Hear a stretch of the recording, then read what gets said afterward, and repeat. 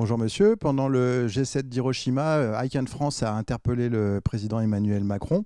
Est-ce que vous pouvez, dans un premier temps, revenir un petit peu sur votre ONG, s'il vous plaît? Oui, bonjour, bien sûr, bonjour. Je suis Jean-Henri Collin, le directeur pour la France de ICANN France. ICANN est une campagne internationale qui signifie campagne internationale pour abolir les armes nucléaires, qui est née en 2007 avec un axe central de réflexion de travailler sur les conséquences humanitaires et environnementales des armes nucléaires. Si ces armes ne sont pas employées, elles sont bien destinées à détruire des populations, à détruire notre environnement. Et on s'est aperçu en réalisant un certain nombre d'études, notamment avec la Croix-Rouge ou avec un grand nombre d'États, que l'on ne pourrait strictement rien faire à la suite de la détonation de ces armes. Et donc c'est toute cette question-là qu'on met en avant et que l'on travaille à la fois en France et de façon internationale puisqu'on est présent dans une centaine d'États aujourd'hui. Comme on peut voir sur ce kakémono, vous avez été prix Nobel de la paix en 2017. Ça correspond aussi justement à un traité, celui du Tian. Vous pouvez nous en parler? Exactement, on a eu l'immense honneur de recevoir en octobre 2017 le prix Nobel de la paix pour deux grandes raisons. Nous avons réveillé les consciences des États sur ce danger des armes nucléaires, sur la réalité des conséquences humanitaires, sur la réalité de la destruction potentielle des arsenaux qui existent, puisqu'il y a à peu près 13 000 armes nucléaires qui sont toujours présentes dans les arsenaux, et pour avoir aidé les États à mettre en œuvre des négociations à l'ONU sur la création d'un instrument juridiquement contraignant contre les armes nucléaires, le fameux TIAN, le traité sur l'interdiction des armes nucléaires. Et donc en octobre 2017, lorsque nous avons reçu ce prix Nobel de la paix, ce fut évidemment une immense joie, aussi une vraie reconnaissance de notre travail, un travail qu'on a pu réaliser avec des États, c'est important de le souligner, et avec les Croix-Rouges internationales. La France n'est pas signataire de ce traité, je crois.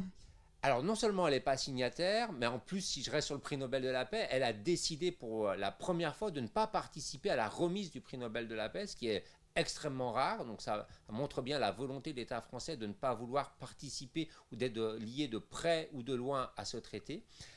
Et actuellement, effectivement, son gouvernement, le gouvernement du président Macron, refuse totalement de participer à ce traité de quelque manière que ce soit, ce qui est extrêmement dommageable puisque pour un État qui se dit responsable, pour un État qui se dit être membre du Conseil de sécurité des Nations Unies et avoir un certain nombre de devoirs plus importants, ne pas être présent à ce type de négociation à minima comme État observateur est vraiment quelque chose de décevant.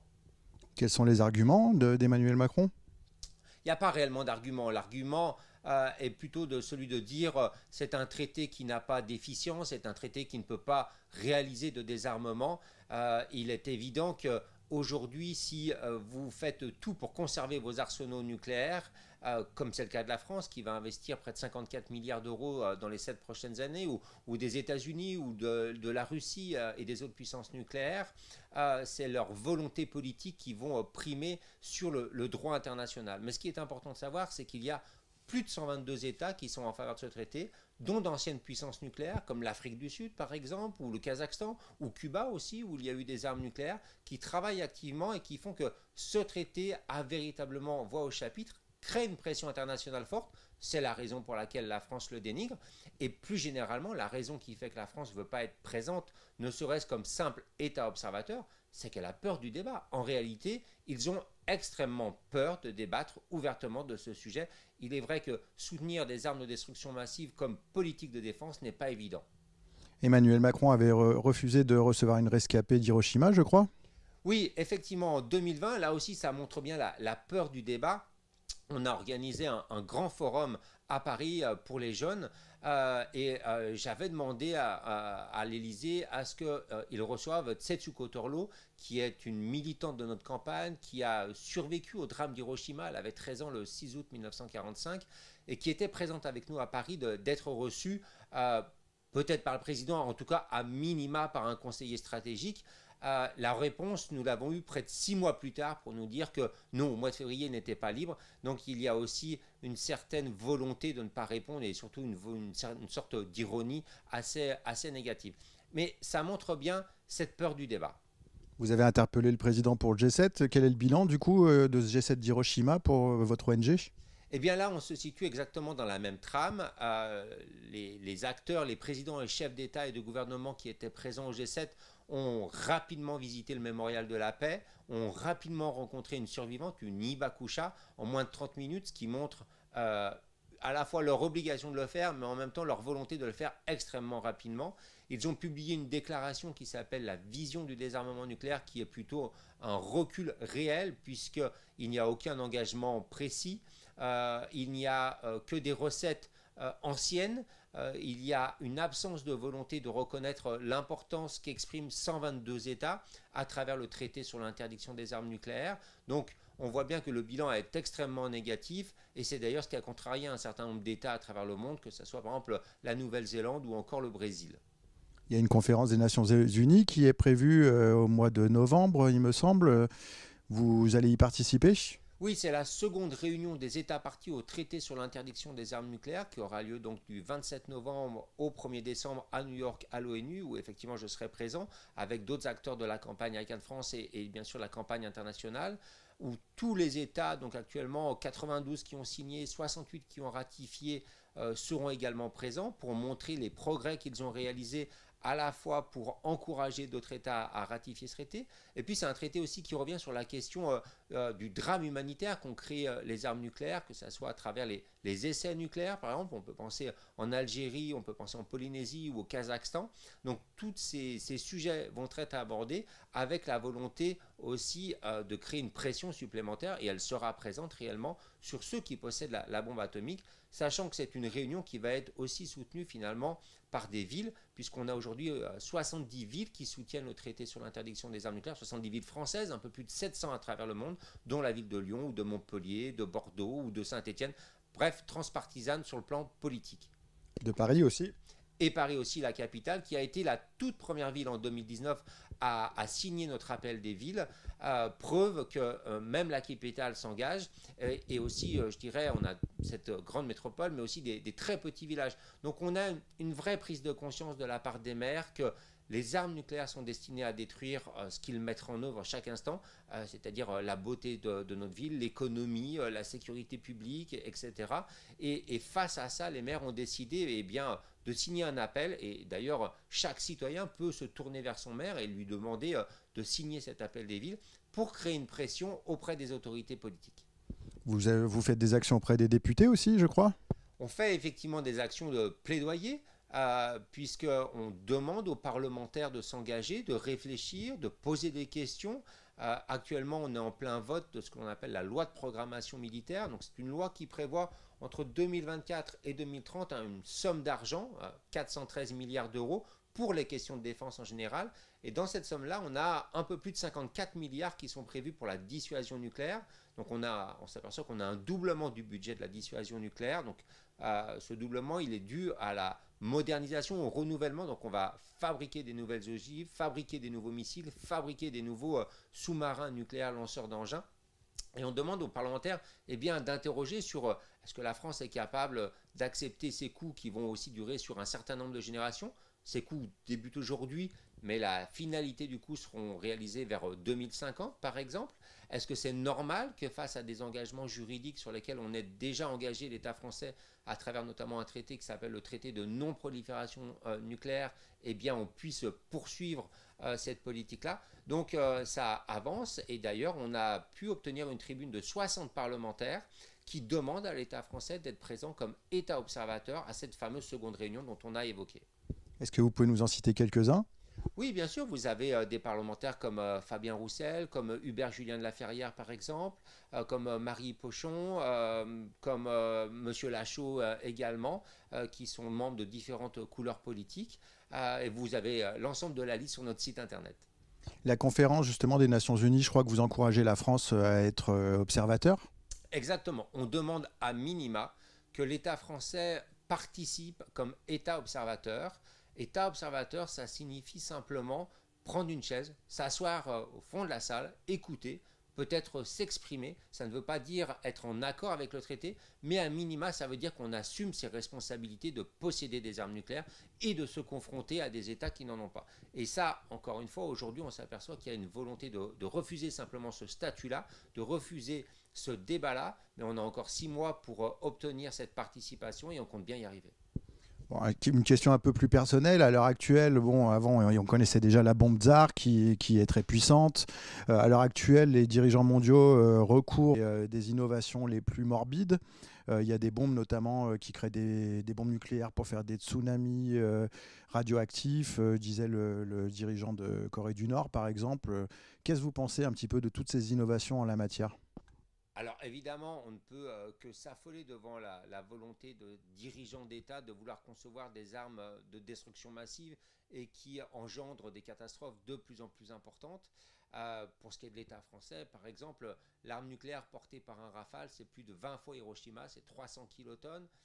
Ça a de quoi raser plusieurs villes en même temps, selon leur taille ou la façon dont sont lancées ces armes, puisque ce ne serait jamais une seule arme qui sera lancée à la fois, mais bien plusieurs.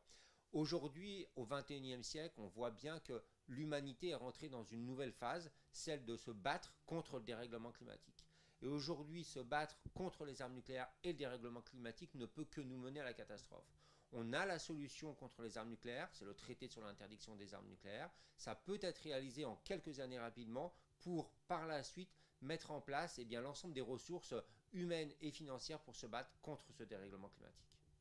Oui, le budget attribué à la loi LOPMI pourrait servir à financer les retraites ou le réchauffement climatique. C'est un choix politique. On est vraiment dans un choix politique, ce n'est pas une question de budget, effectivement, il y a de l'argent, 54 milliards qui sont destinés à une arme de destruction massive, donc on voit bien qu'il y a des priorités que le gouvernement veut faire, et on voit bien que ces priorités aujourd'hui ne sont pas acceptées par les Français, puisque je peux m'appuyer sur une phrase du ministre de la Défense, Sébastien Lecornu, qui a cité à plusieurs reprises que la dissuasion nucléaire n'était pas un consensus politique en France, ce qui montre bien qu'il y a une nécessité de débat, puisque c'est dans un État démocratique où on peut pleinement discuter de ces sujets-là normalement.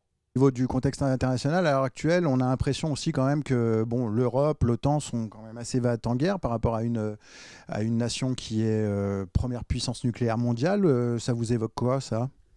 Ça montre bien qu'il y a un véritable danger d'utilisation d'armes nucléaires. Et d'ailleurs, l'an dernier, la menace a été extrêmement forte, puisque pour la première fois, l'État français a fait sortir à l'eau 3 sous-marins nucléaires lanceurs d'engins. Et c'était la première fois que ça se réalisait depuis le début des années 80, preuve d'une prise de conscience de la possibilité de la Russie d'utiliser son arsenal nucléaire. Maintenant, les États de l'Union européenne et de l'OTAN essayent d'alimenter l'Ukraine en armement, ne veulent pas mettre de soldats sur le territoire ukrainien parce qu'ils ont justement peur de la dissuasion russe, que ça enclenche un processus qui ne s'arrêterait pas, et la Russie utilise sa dissuasion dans cette volonté-là. Ça montre bien qu'il n'y a pas de bonne main pour les armes nucléaires. Ça montre bien que État autoritaire ou État démocratique, dans les deux cas, on est face à un réel danger. Et on est même à une situation qui est totalement schizophrénique, puisque il y a quelques mois ou quelques années en arrière, avant ce conflit ne démarre véritablement en Ukraine, ces États qui possèdent ces armes nucléaires, les Russes, la France, les États-Unis, la Chine et le Royaume-Uni, ont ensemble réalisé des actions de communication massives contre le traité sur l'interdiction des armes nucléaires. Alors que c'est une solution pour avancer. Il est évident que le chemin vers le désarmement nucléaire ne va pas se faire en un instant et du jour au lendemain, mais il est évident que si on ne fait rien, on va sur un mur, et ce mur sera fatal pour l'histoire de notre société humaine. Il y a quand même la Grande-Bretagne qui a parlé de faire une base en Ukraine. Il y a l'Ukraine qui voudrait rentrer dans l'OTAN aussi. C'est quand même des positions un peu particulières. Aujourd'hui, c'est des positions qui semblent assez extrêmes. Normalement, l'Ukraine ne peut pas rentrer dans l'OTAN puisque c'est un État en guerre et il n'y a pas d'États en guerre qui peuvent rentrer au sein de l'organisation de l'Atlantique Nord. Donc c'est vrai que les États otaniens comme les Britanniques ou les Américains et les Français aujourd'hui sont des postures où ils enlèvent les lignes rouges qu'ils s'étaient eux-mêmes fixées il y a quelques mois et acceptent de plus en plus de demandes de la part du président Zelensky. Il ne faudrait pas que ça engage un processus irréversible et de confrontation directe. En même temps, il est évident qu'il faut soutenir l'État ukrainien, mais il y a peut-être d'autres manières que de vouloir le faire en acceptant d'ores et déjà aujourd'hui qu'il rentre dans l'OTAN. Du coup, la voie de la dénucléarisation passe par les Nations Unies. Il est évident qu'on doit passer par l'Organisation des Nations Unies. Elle a été créée pour ça en 1945. Son ADN est antinucléaire. La première résolution des Nations Unies, passée en janvier 1946, sont contre les armes nucléaires et pour l'élimination totale de ces arsenaux. C'est l'organisation qui chapeaute les différents traités, comme le fameux TIAN, et c'est le meilleur moyen de pouvoir agir ensemble dans un consensus global, dans une responsabilité globale pour une sécurité plus humaine. Les Nations Unies ont passé un programme récemment qui s'appelle Notre programme commun. Vous en avez entendu parler? Oui, c'est un programme important qui débouche, qui fait aussi une prise de conscience sur l'impact des décisions pour les générations futures, sur la nécessité de combattre ce fameux dérèglement climatique, sur la nécessité aussi d'agir contre les armes de destruction massive. Donc ça va exactement dans cette lignée-là. C'est vraiment une volonté du secrétaire général Antonio Guterres de faire avancer les Nations Unies dans un nouveau pas au XXIe siècle. Il est clair qu'il y a des choses qui sont compliquées, il est clair que les Nations Unies, par certains égards, sont une organisation qui ne fonctionne pas très bien, mais on doit aussi voir tout ce qui fonctionne très bien et toute l'aide qu'elle apporte sur le plan international à de nombreux réfugiés à travers le monde, par exemple. Il parle d'une nouvelle gouvernance, vous en pensez quoi? Alors, on parle de nouvelle gouvernance, on parle souvent d'une volonté d'élargir le Conseil de sécurité des Nations Unies, en tout cas le nombre de membres permanents. Il est évident qu'il faudrait que ce nombre soit élargi, qu'il faut qu'on change la façon dont ces membres puissent agir, puisque ça a été basé sur les acteurs qui ont gagné la Seconde Guerre mondiale. Des États sont en liste comme l'Afrique du Sud, le Japon ou le Brésil, par exemple. Et là aussi, il est évident que ça ne doit pas être un État qui possède l'arme nucléaire qui doit rentrer dans ce cœur sacré du Conseil de sécurité des Nations Unies. Cette nouvelle gouvernance met du temps à se mettre en œuvre, mais je sais que des États comme le Costa Rica, par exemple, sont extrêmement actifs sur ce sujet et drainent derrière eux aussi une nouvelle fronde positive pour changer ce mode de gouvernance. Et la première façon de le changer sera peut-être d'élire enfin une femme secrétaire générale du Conseil des Nations Unies. Merci. Merci.